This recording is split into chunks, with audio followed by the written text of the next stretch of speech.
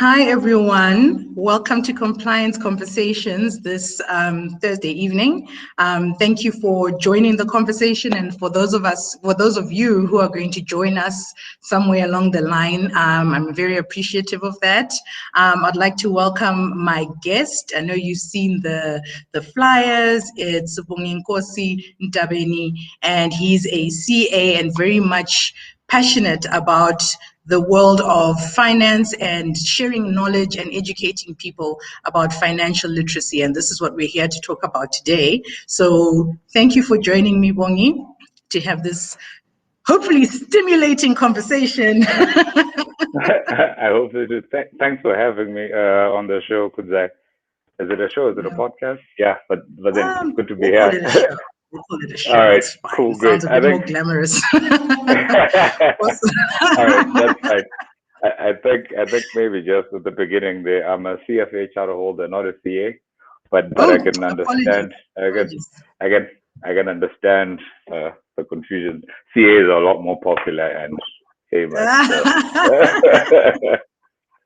No, I think it's not even the case. I think my brain did a thing there that it was not supposed to do. So yes, a CFA charter holder who we are very privileged to have with us today. So Bongi, we're just going to jump straight into the conversation. And for anyone who's joining us, if you've got a question that you'd like to ask around anything that we discuss in the course of this hour, pop it in the chat and we'll be happy to talk to your question.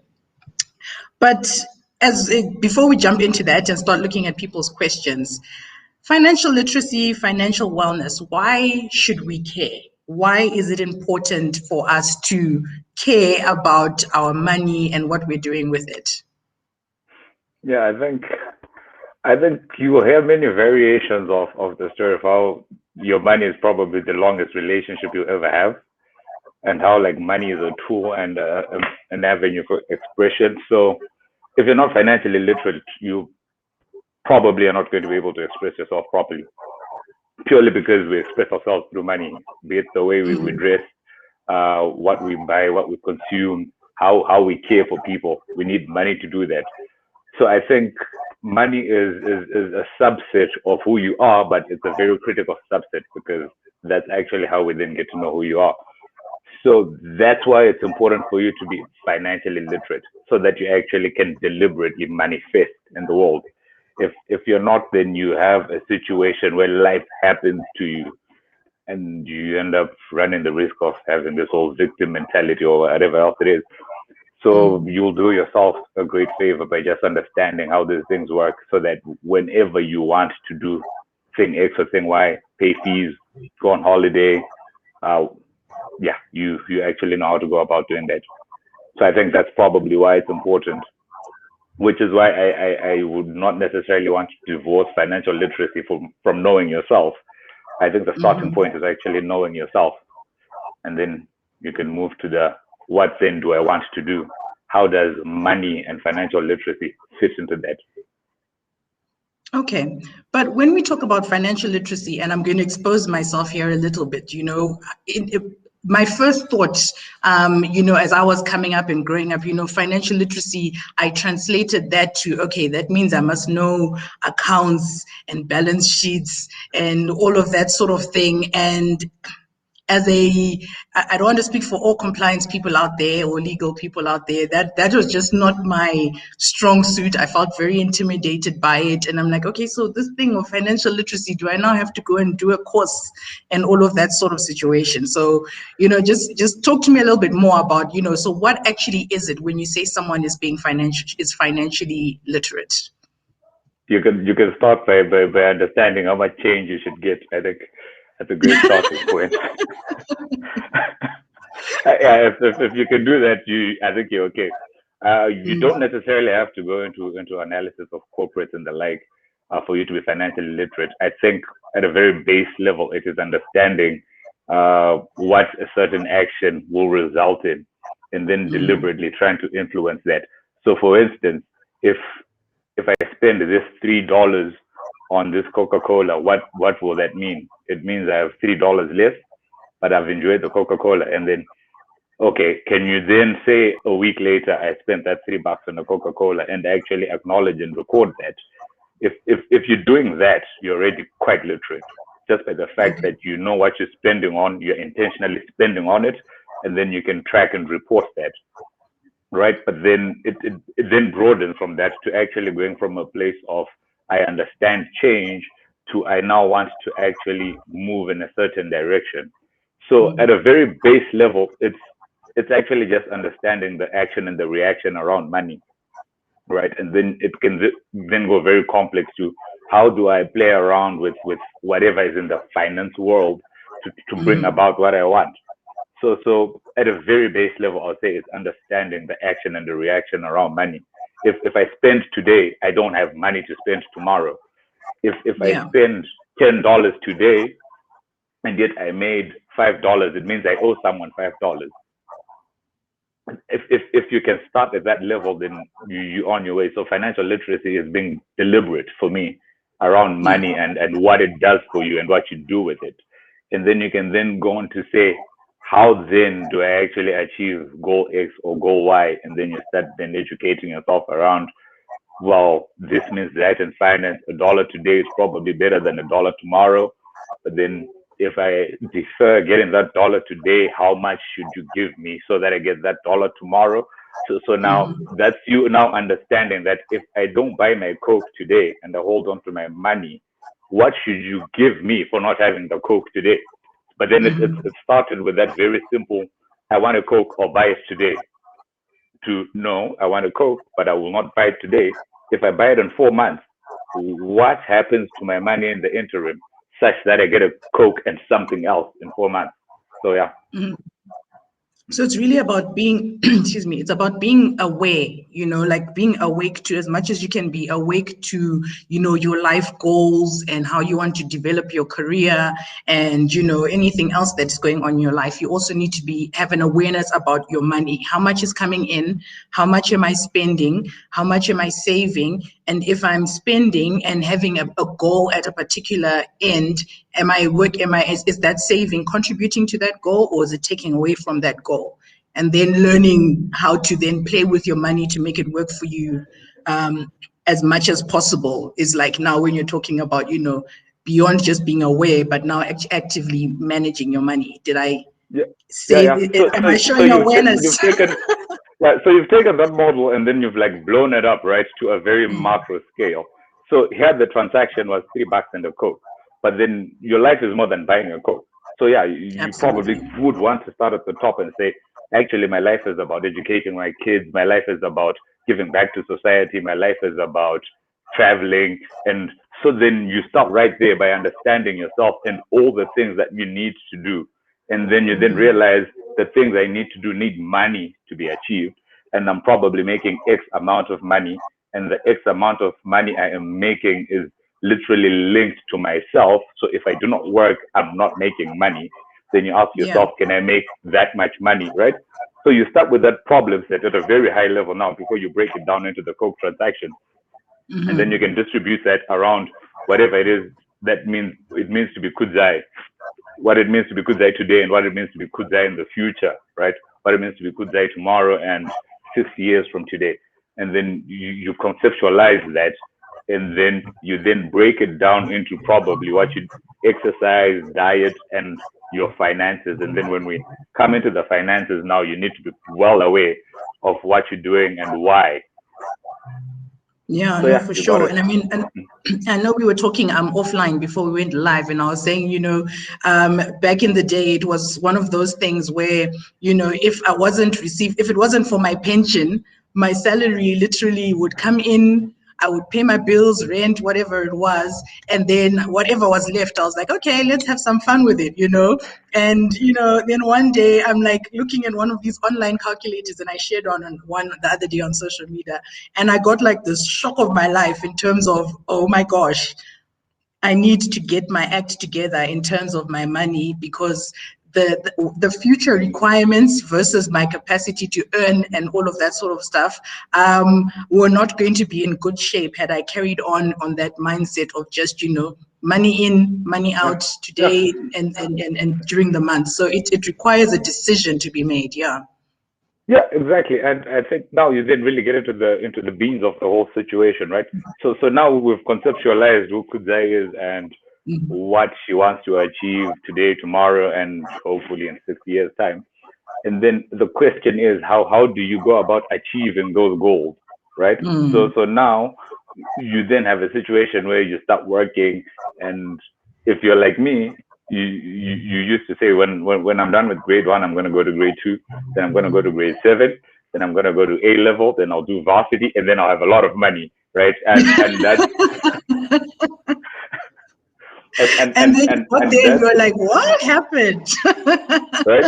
And then the next thing you probably get a good job. I would assume that most of the people listening in got good jobs, and then you think you're set, right?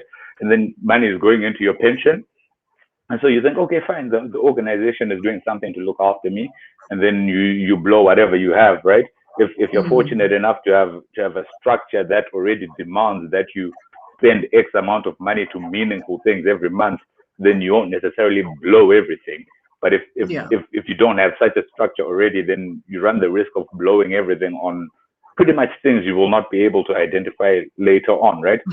So now being literate is that whole understanding action and consequence, like I said. So now you Mm. understand I'm earning X amount of money. I would like to stabilize at this level of expenditure. Right now I'm here. How do I enhance my earning capacity and what else can earn for me, right? Such that Mm.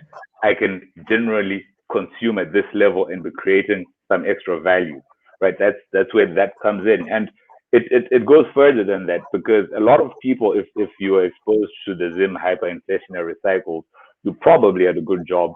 You probably managed to get a mortgage and get a house and you're the pension and you figured, you know what, my kids will go to college and the like, hyperinflation steps in, it wipes out everything. A lot of people's Mm. worlds were destroyed immediately because in their minds, they thought having money in a pension is being financially literate. To a certain extent, it is, but then are you actually interacting with the action and reaction? Do you actually Mm. understand what it means for you to put money in a pension? What does that contract say? So at the end of it, what are you getting? Are you getting Mm. cows, bricks? Are you getting a currency that's no longer going to mean anything? What recourse do you have? So how should you move around your money to protect it, to store its value, right? So these then are the intricacies that you actually need to understand. So if you're then going to endeavor to be financially literate, this is how I would frame it for you compliant kind of For guys. people such as myself. Yes, consider yourself ultimately responsible for the financial outcome of your life, right? Mm. If that's step one. Step two, educate yourself enough to direct someone who knows more than you. So what I mean by that is you don't necessarily have to be the guy on the ground. You've got people like me to do that for you, right? Mm. And pretty much based on any brief, any guy who's doing financial advice should be able to get more or less or approximate the outcome you want. But you need to understand the outcome you want, right? Because if you do not do that, and I'm an asset manager or I'm a pension fund and I'm collecting your hard-earned dollars every day, I invest them into properties XYZ in the name of the pension fund or in the name of whichever other financier of that asset. And I simply say I need a rental out of it. So when that rental loses value due to hyperinflation and then your pension more than halves in size, I'm not giving you the house that I built with your money. I am giving you the rental that's now meaningless, right? So now the layers are Mm. now increasing, right? Because now Yeah. you you know that the action is putting money in a pension, right? And then the Yeah. consequences, you are entitled to a rental or to X amount of money, which is susceptible to devaluation, right? So how do you defend against devaluation? You initiate Mm. another action, right? And then you anticipate a reaction. So that's how the whole loop then develops from buying a Coke to something that sounds complicated, but really it's not. It's if I'm putting in $2 today, how do I make sure in real terms it's $2? So if I'm deferring my $3, right, of Mm. buying a Coke today, and I'm saying I'm doing it such that in 4 months' time I get two Cokes, And if a Coke in 4 months' time is going for $5, I should be getting $10 and not 6. So that's that model now being expanded. I don't know if I'm ranting, but yeah. I think you got. I think you didn't lose me. I think I followed you. But I think the takeaway that I want to highlight from that is it's an active process. That was one of the things that it's not about just, okay, some money went somewhere, I'll see it when I'm 60 years old, and need to make a withdrawal. You really have to monitor it, be having conversations with your financial manager or financial advisor and understanding exactly what it is you're getting out of your investment and if your investment is actually suitable for the goals that you want to achieve. So let's say I want to retire at 50. What are they investing in to make sure that I'm earning, towards achieving that goal? And is it a high risk something, a low risk something, high risk, high return, all of that good stuff. But it's about actively participating in the process. And like I said, I'm going to expose myself because I was very, very bad at that. And, even now I'll confess, sometimes I kind of I get overwhelmed by life, and, you just get your statement from XYZ Incorporated. You're like, okay, this is how it's going. And, don't actually sit down and like, I need to sit down and really understand the losses, the gains, and if I need another conversation to make sure that my money is actually working as opposed to depreciating before my very eyes and I'm not paying attention to it. Mm-hmm. You're using technical words, like depreciated. Well, all right. I said I was in compliance. I didn't say we don't know words like depreciation. All right. I think that's pretty much it, right? And the beauty is if you develop your model and you start by understanding yourself, that I don't like reading this statement. Or, what, I actually do not want to be actively doing this every day. If you start with that understanding, then you put in place measures, right, to make sure that things still go according to more or less what you want without you being actively involved. It's like how you'd say, okay, fine, I'm going for a day out with the kids, so white is probably not the greatest idea, right? Yeah. It's really that simple. And then you say, okay, fine, probably going with the blue jeans or whatever else it is. It's the same thing. It's to say, all right, fine. For me, I actually get it. I want to blow my money. So before my money hits my expenditure account, X is going to whatever, and I cannot get to it, right? Yeah. And once it's there, I've talked to my advisor. I need you to be achieving 1, 2, 3. I like a lot of risk right now. I'm happy to lose 20% of whatever I put in, as long as more or less we are exposing ourselves to a potential upside of, I don't know, whatever, billion%, right? And please, if any of my investments hit such a mark, call me. I need to make a decision on how to move. Sometimes it's really that simple, but it starts with you actually saying, this is me, this is what I want to achieve, this is what I'm earning, and that whole thing. So understanding you is quite key, so that you then put in place a strategy that helps you get to whatever place you want to get to. Yeah, I think that's actually a really great example, because like you're saying, if I know that if there's a chocolate in my house, it's going to be eaten, so I put in place measures to not have chocolate in my house except for on very special occasions. So similarly with your money, if you know that if your salary hits your account, the first thing you do if you have access to it is go on a shopping spree, then you should be having like debit orders in place, for example, that automatically are sending your funds without any action required on your part to your investments, your savings, whatever you've chosen, so that you're securing and making sure that that's taken care of, so that when it is time to, have a good time in Zara or wherever you want to shop, that is taken care of, and you've put in the measures to kind of achieve that. But something else that you mentioned that I wanted to speak about is about, having that conversation with your financial manager, that if my money gets to this point or the market does this, please just, give me a call. Let's figure out the strategy going forward.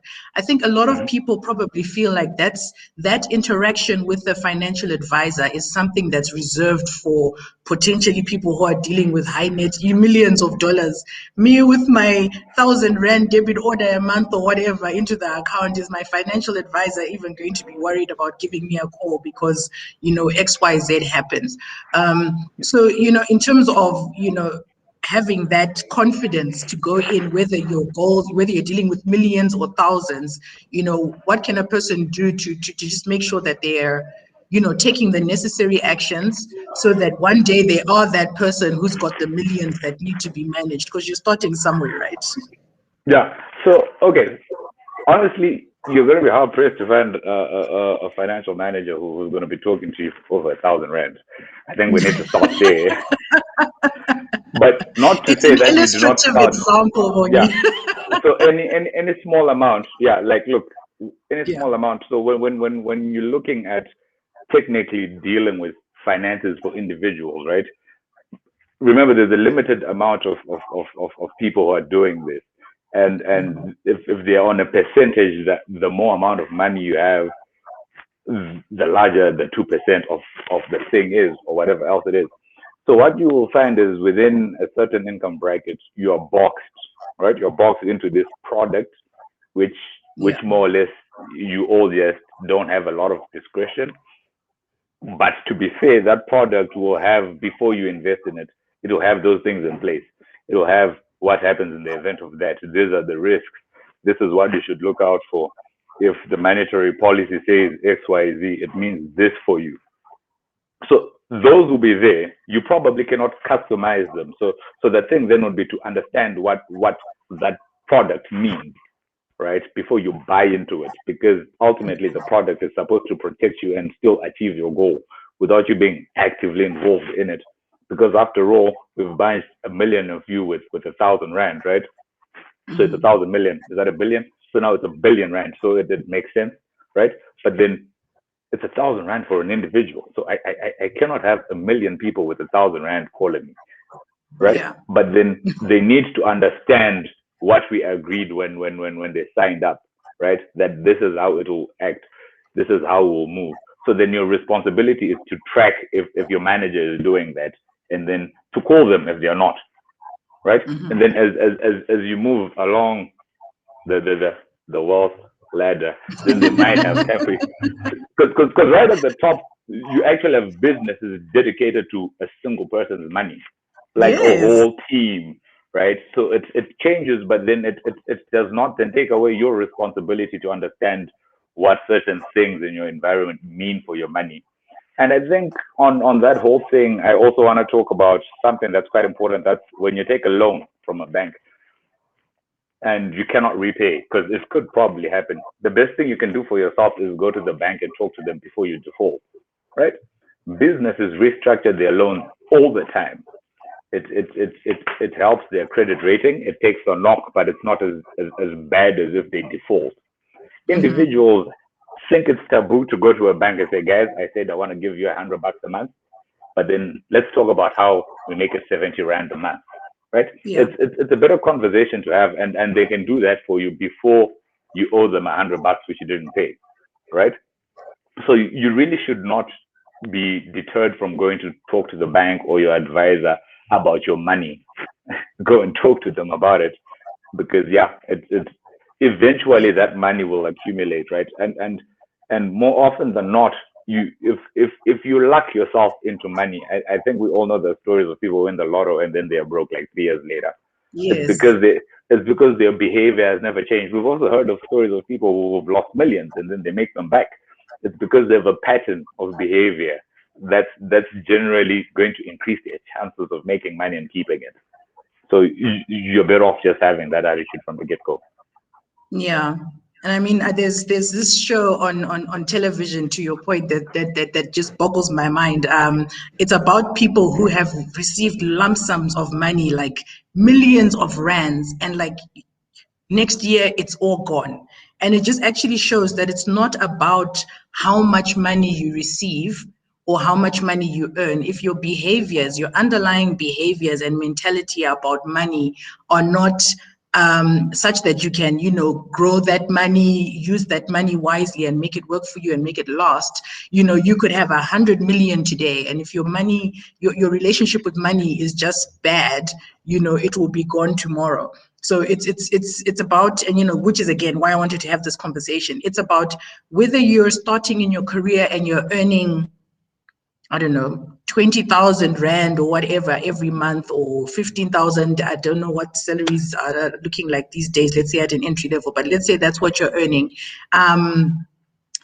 Start being responsible now. Start having behaviors and a relationship with money such that when you are now in a position that you're an executive and your total package is, I don't know how many millions, or you've got your own business and you're making millions, or you win the lotto, whatever the case may be, you're actually in a position for that money to work for you. Because I think people really feel like, if I just had 1 million Rand, if I just had 50 million Rand, my life would be sorted. And it actually, no, it won't.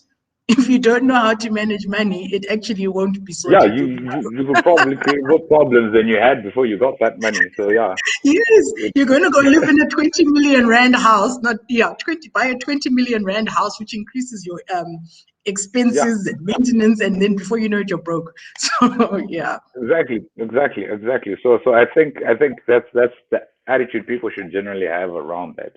So you do yourself a favor by understanding what it actually means. I know there are a lot of rules of thumb around money. Like I think it was offline. You're talking about, you just thought it was about just put away 15% or whatever. Yeah, it's obviously people then try to come up with these heuristics that just help you to be in the ballpark, right? At least you're not like lost.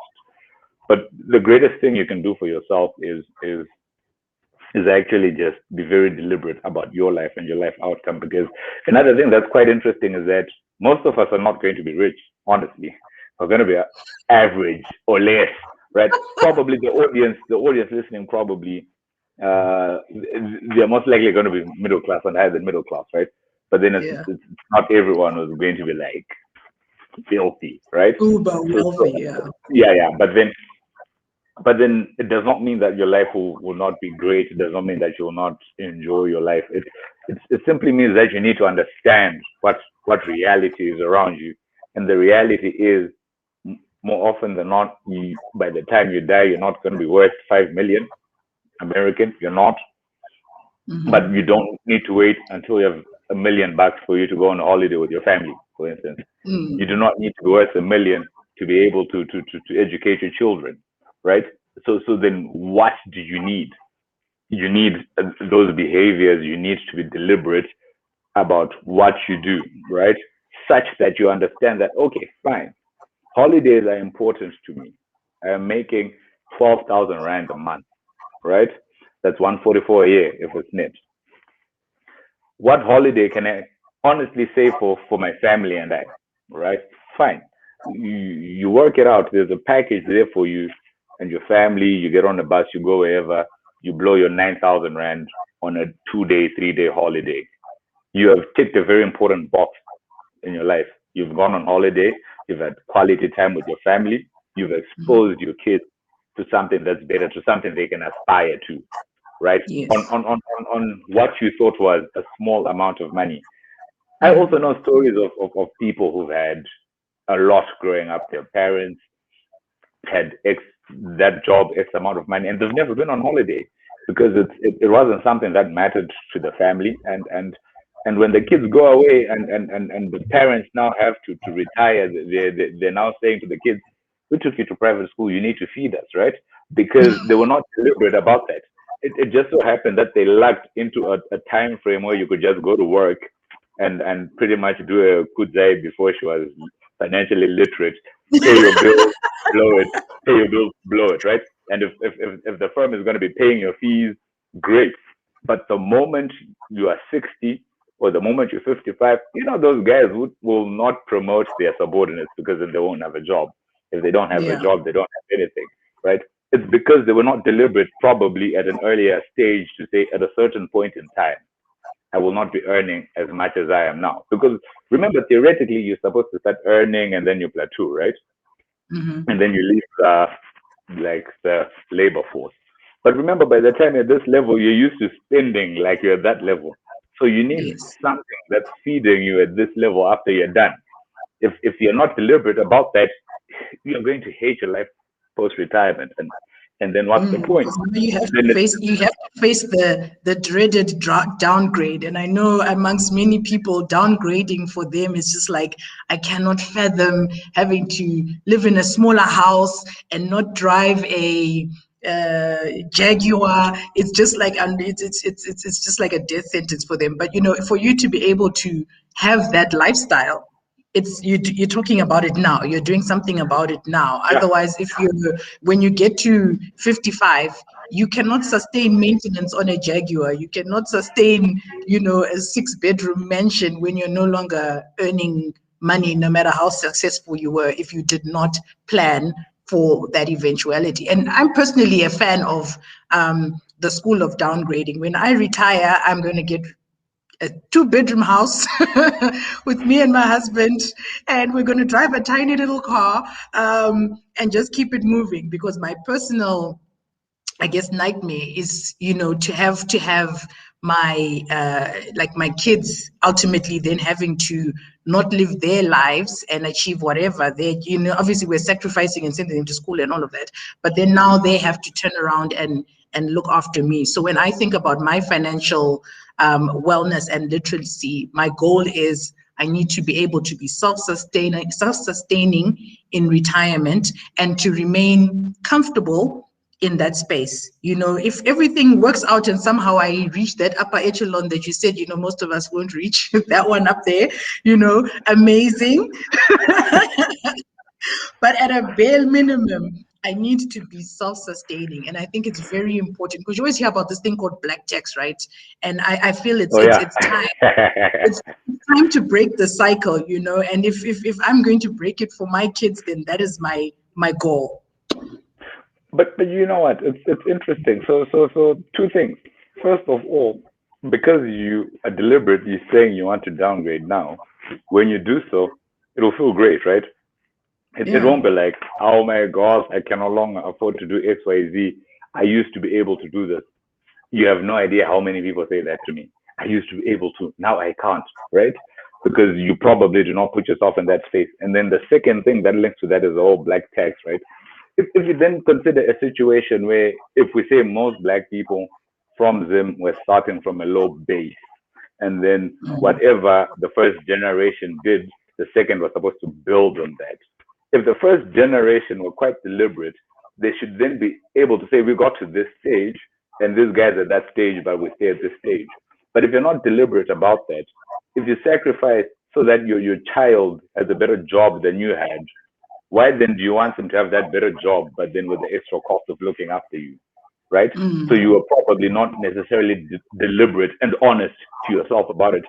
If you could have said, you know what, I have a great job. When I leave this job, I am broke, right? So when I'm in this job, I'm going to try to get myself the mortgage for a rental property, a mortgage for the house I live in.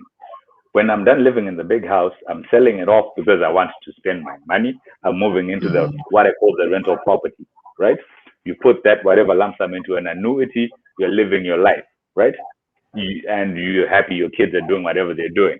It's because you're Yeah. deliberate about it, right?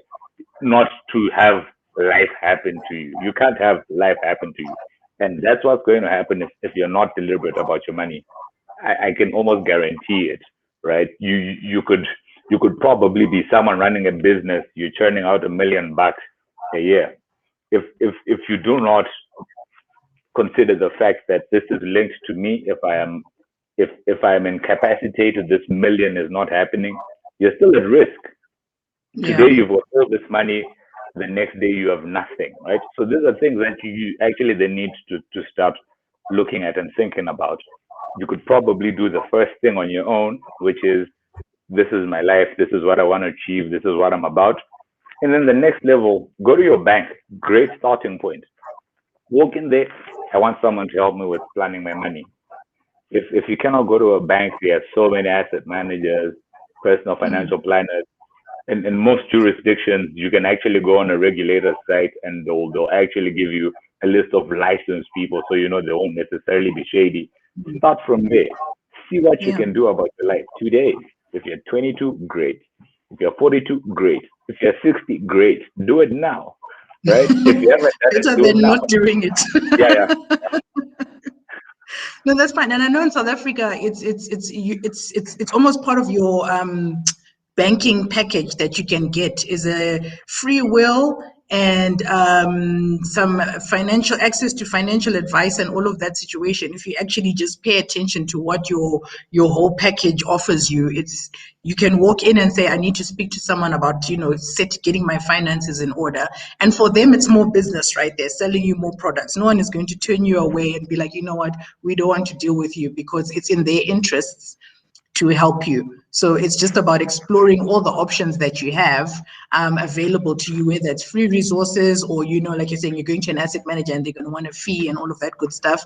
But it's worth investing in doing, because the fact of the matter is none of us is going to work forever, and I'm pretty sure none of us wants to work forever, whether it's in corporate or business or whatever. At some point you just kind of want to enjoy the fruits of your labor, but you have to make sure you have the fruits. That's my whole my whole thing. Don't be now out here eating other people's fruits. Exactly. Don't and you know what? All right. There's a crude statement that goes, how are you going to work your whole life for chow? Have you heard that statement? No, but I get it. Yeah, like you can't do that, right? You need to be someone who gets to a point where they get to choose. All right, I like teaching children. So what I'm going to do now is I'm going to go teach third grade mathematics. Great. And not be worried about, am I going to eat? Right? Because you are around for a higher purpose than food, clothes, and shelter. I would hope. That cannot be the only thing. And yet you will find that most of us will be stuck at that level forever. Which is very sad, because, and I think you touched on it earlier on, that no matter how much you're earning, you have the capacity to look at your life, plan, and say, I'm trying to achieve these goals and make them achievable. I think the thing is, a lot of us sometimes get stuck in that mindset that, I'm going to start saving, or I'm going to start managing my money when I'm now a millionaire. And just like, well, how do you get there if you're not managing? It's like what's the word? Is it an oxymoron? You can't, the one doesn't work without the other. How do you propose to someone that you're going to be able to start saving when you've got $1 million, right? When it can buy you so many things, when $10 which can probably buy you one thing, you blow, right? So I think no, absolutely. If you can't stop yourself from spending 100 Rand, how are you going to stop yourself from spending when you have R1 million? And that's just the reality of the matter. You're not, because it's going to appear or feel to you like it's a bottomless pit of darkness, and it's not. In real life, it's not a lot of money. Yeah, and so I think there's a model of motivation that was presented by, I think it was Russell Bertrand at his when he was receiving that Nobel for whatever he did, that prize. And he was pretty much talking about how people have two like primary motivation levels, right? Like a finite level, which is your clothes, food, and shelter. You can only eat so much, you can only put on so many clothes. But they've got a second level, right? Which is infinite, in that it cannot be satisfied, right? And that's where people who cannot already sacrifice then struggle with, because you can buy one car, but if you can buy one car and you have enough money for 3 cars, you buy 3 cars. And if you can buy a new car every year, then you start buying a new car every year, right? And so you keep acquiring because you will never be satisfied. So you will never actually get to that point where you say, okay, fine, now I am saving X%. So you might as well start today. And there's nothing like a small amount, because there's a lot of power in compounding, right? And I want to look at it as though you're giving yourself an option. If I don't use my money today and I make more money, so theoretically, if I don't spend my whole salary this month and I can make it to next month, I've got twice my salary, right? So theoretically, I've got twice the options, right? So I keep increasing my options, and there's a lot more value in options in situations where you don't necessarily think that there won't be a tomorrow, right? As long as we're quite certain and confident that there's a tomorrow that's more or less like the today we have, there's a lot of value in options. But then if you have the view that the world is ending tomorrow, then yeah, blow your money, right? But then all well and good until you wake up tomorrow and the world is still there. Yeah. A lot of financial literacy for me starts from understanding yourself and your view on life and what you want to achieve. If you can articulate that, and then you start linking your financial actions with what really matters in your life. So when you do not get that Coke, you understand that you are not getting a Coke today because you are taking your child to Harvard in 12 years' time. Then it makes more sense, right? As opposed to, why am I not getting the Coke? I want the Coke, I'll get the Coke. But you have not made real what you're losing by getting the Coke today, right? So, yeah. So it's about having that honest conversation with yourself. It's not just, it's because I think sometimes we rationalize and like, but it's just a Coke today, or just, I'm just going to max my credit card today, and I'll figure it out tomorrow. And when bonus comes, I'll sort it out, and all of that sort of situation. We all know that we tell ourselves, I am not exempt from rationalizing things, but at the end of the day, if we teach ourselves to then say, okay, fine, I'm going to max my credit card, and I've got now that debt, I've got the interest on that. What if I just don't do that thing and make sure that I'm doing something useful with the money, or saving and all of that? Like, have the counter argument with yourself, And I know in Joburg, for example, there's and you were talking about cars earlier on. There's so much temptation, and I love a beautiful car with the next person, right? But I always wonder, I'm like, there is so much money in Joburg, because the cars that people are driving are like 30,000 rand. What's this thing in monthly installment? And this is taking. I'm getting to my biggest money mistake with this narrative that I'm going to. 30,000 rand for the car, and all of that. I'm like, wow, people are doing so well. Until I actually had some conversations with people who actually do it, and you're like, actually no, a lot of people are driving these things, and like it's like 50% of your salary is going towards a car installment, and it's one of those things where you have to, because the pressures are real, because you want to feel like you're doing well in life. You want to feel like, what, I've worked hard, I deserve this thing, I'm going to go buy myself a new car as a treat. But then is it really something that you need if you're saying that down the line, maybe you can't take your kids to varsity? So I was talking about the cars to tell you that I made that mistake. That was my mistake. So everyone who's on this chat can judge me. You know what? I bought it was a beautiful car. It was a BMW. I loved that thing. It was so beautiful. But my mistake, I had a couple of mistakes in making that decision. The first one was that I looked at the installment and the insurance. And I was like, oh, okay, I can do this. I was on a good job. I was like, I can do this. I can pay this monthly installment, fine. I did not look at everything else that comes with owning a car. I'm exposing my naivete here, but I just didn't. Like, what happens if I need to replace the tires? What happens if I scratch it? And on those cars, you scratch the door, they want to replace the whole thing. And trust me, I went through the experience and I got the shock of my life. And as much as I loved it, I was very happy and I felt so free the day I gave it back. I was like, you know what? Take your car. I'm not doing this anymore. But it's a difficult thing for a lot of people to do, to actually, one, accept that, maybe I did not adequately assess the impact of this thing. When you only look at a certain component like an installment, there's maintenance, there's all sorts of stuff that goes with it.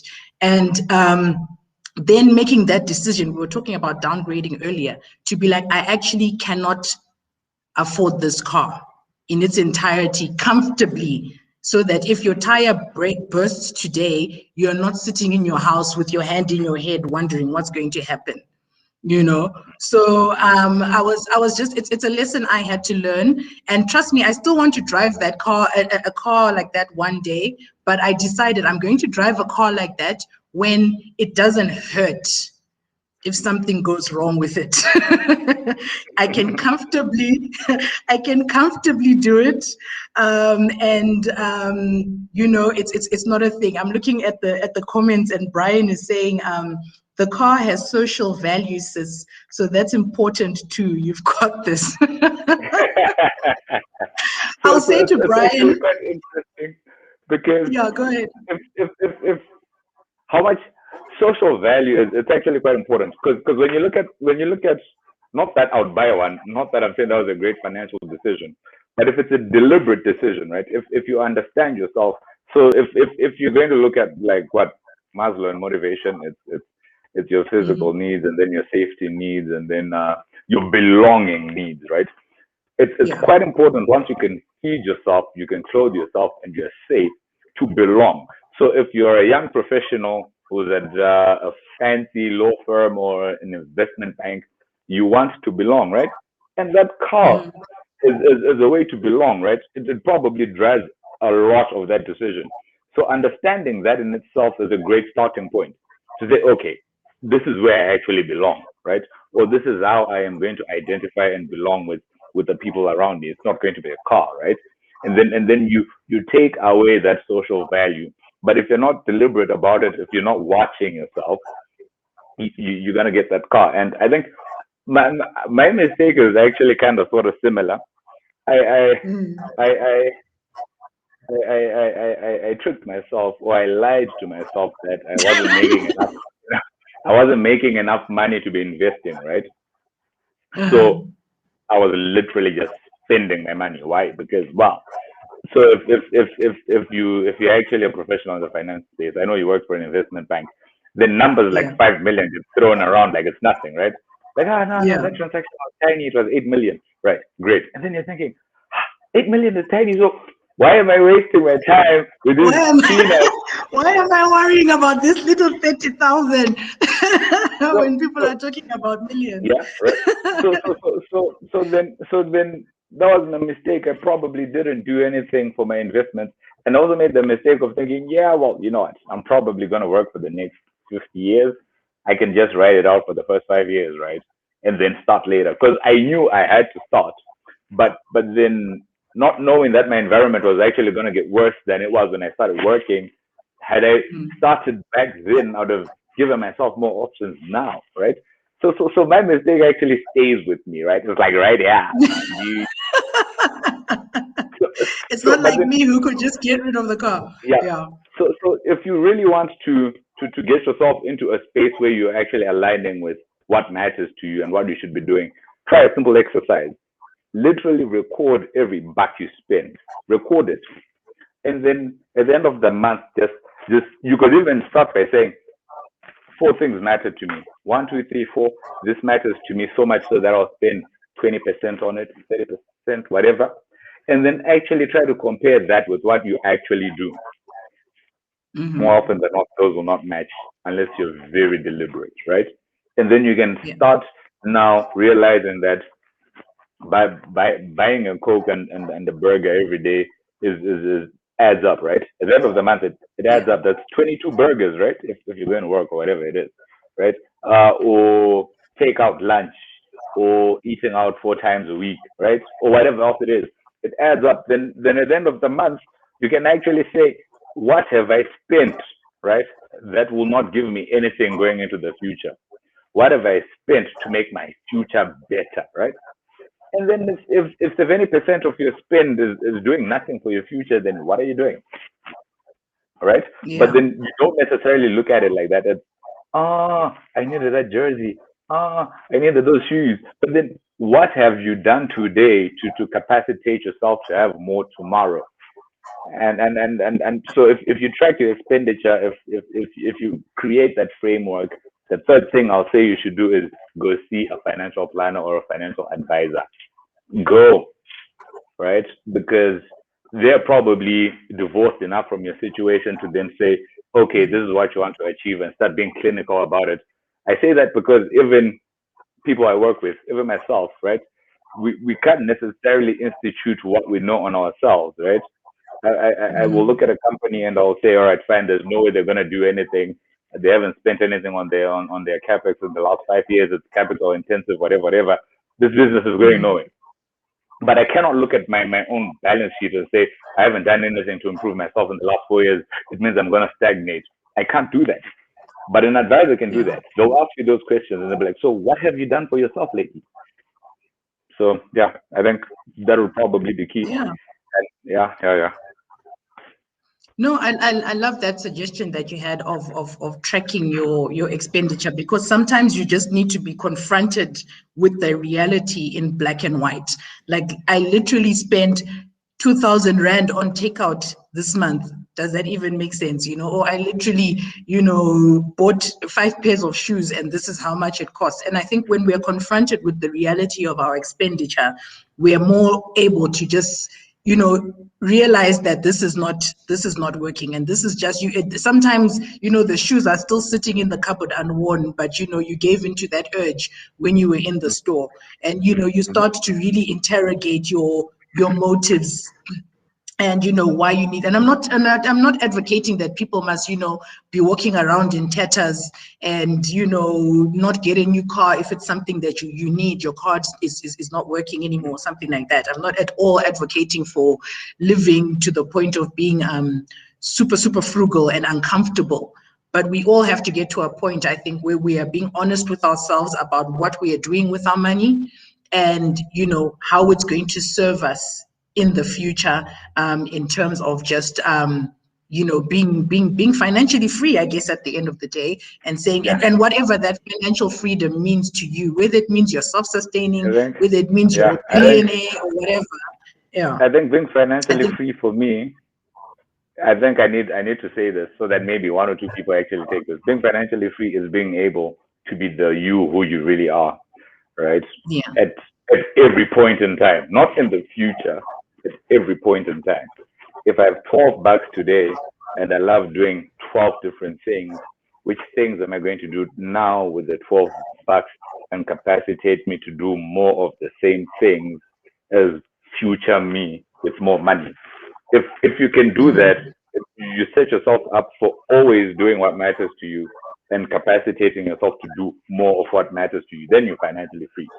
I think for me that's pretty much it, because you want to be free. Why? Because you want to express yourself. So you cannot defer and say, I'll express myself next year. Express yourself today. Right? But understand that today my expression today in terms of money is this much. In terms of how I take care of myself, good health and whatever, it's this much.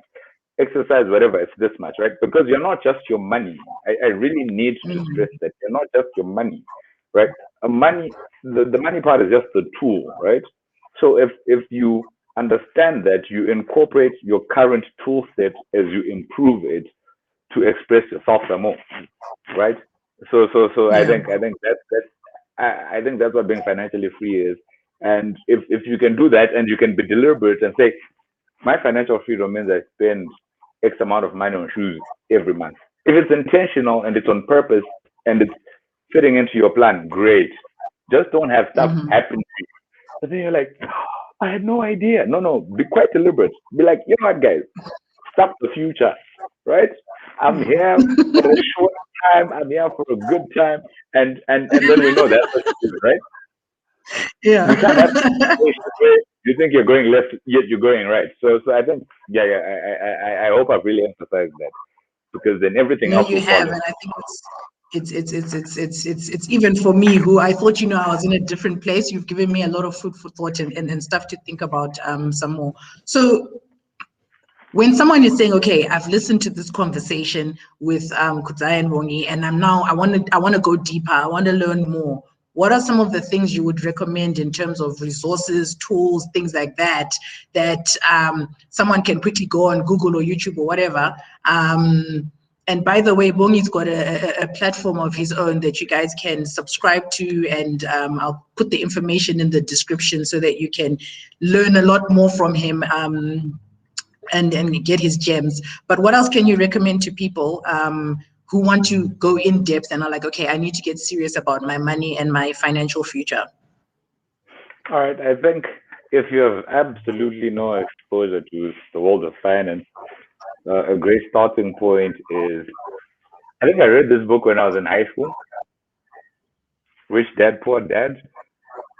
Yeah, I think purely because it's other than anything else, it helps you frame money. It's a framing book. It helps you look at money differently, right? Mm-hmm. Once you've done that, I think you don't need to be worried about the math. There are a lot of online calculators that can help you pretty much calculate, if I want X amount of money and this is the interest I'm being offered, how much do I put in for how long? That stuff is there. But then the next thing you need to do is invest in financial knowledge. Start with the basics. Unfortunately, I've interacted a lot with textbooks, so I don't know if anyone has a textbook that will, a book that will kind of break that down into not textbooky fashion. But I know that Okay. has a YouTube. Bill Ackman has a YouTube video on how to start a business. I think he really starts very small and then he grows that whole concept for your side hustle. I think as an example, there is actually a lemonade stand, so it's quite basic. Ray Dalio has a video on how the economic machine works. It's like 30 minutes or shorter. It's probably macroeconomics in 30 minutes. Like if you do that, you probably don't need to go to college to do macroeconomics. And that you don't need to do the math or anything like that. All this stuff is helping you build intuition around money. So then from the Dalio perspective, you learn how the global environment affects you. From the video from Bill Ackman, you know the micro side of things.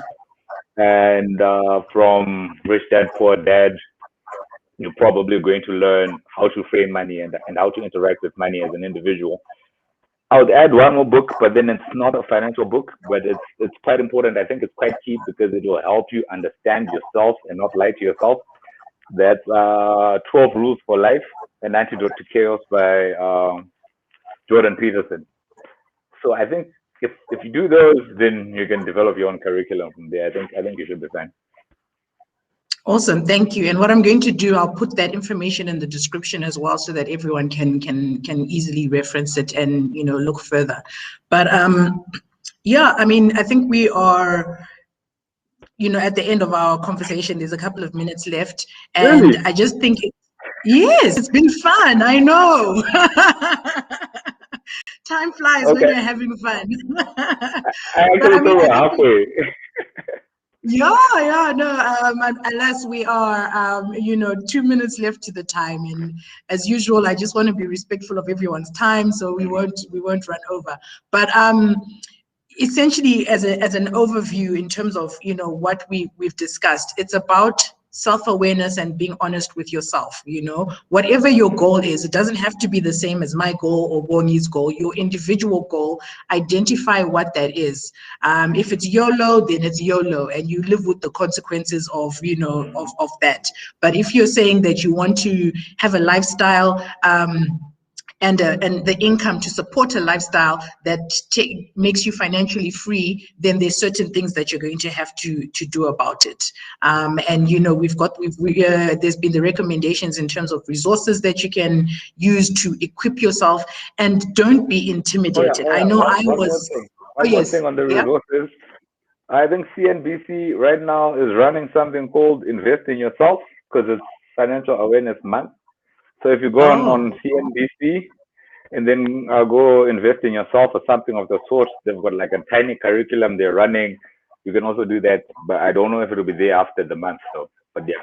Oh, sorry, okay. So make sure you grab that financial awareness month is this month, and I did not know that, so this is fortuitous, you know, the stars aligned.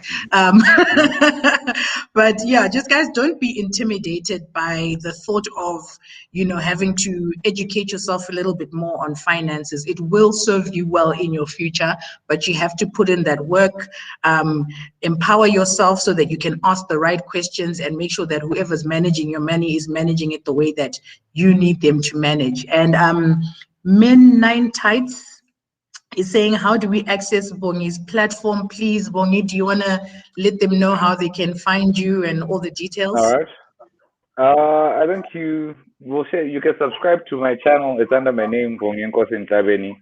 And I post videos there, Finance Fridays, and pretty much I take questions from people and I respond to those.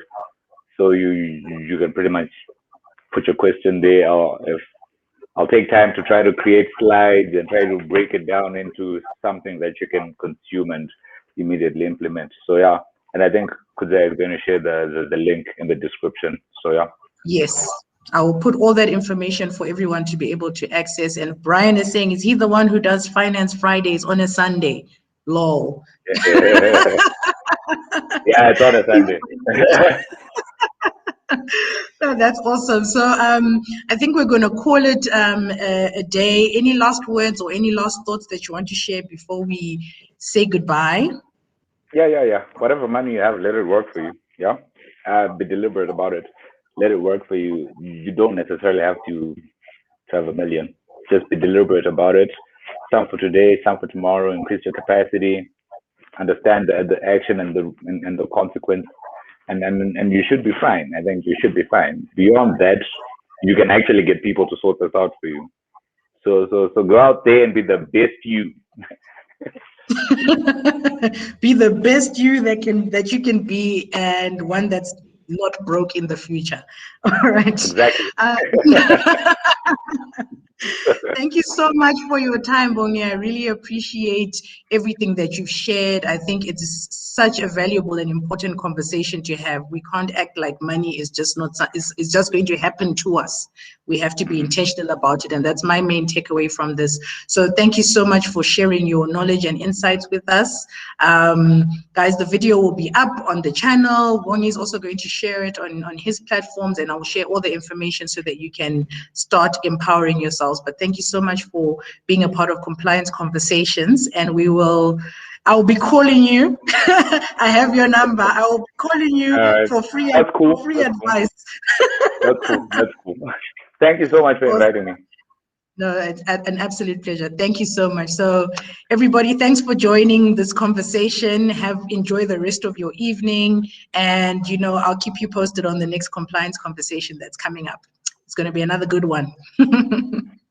Bye, everyone. Cheers, everybody. Cheers. Bye.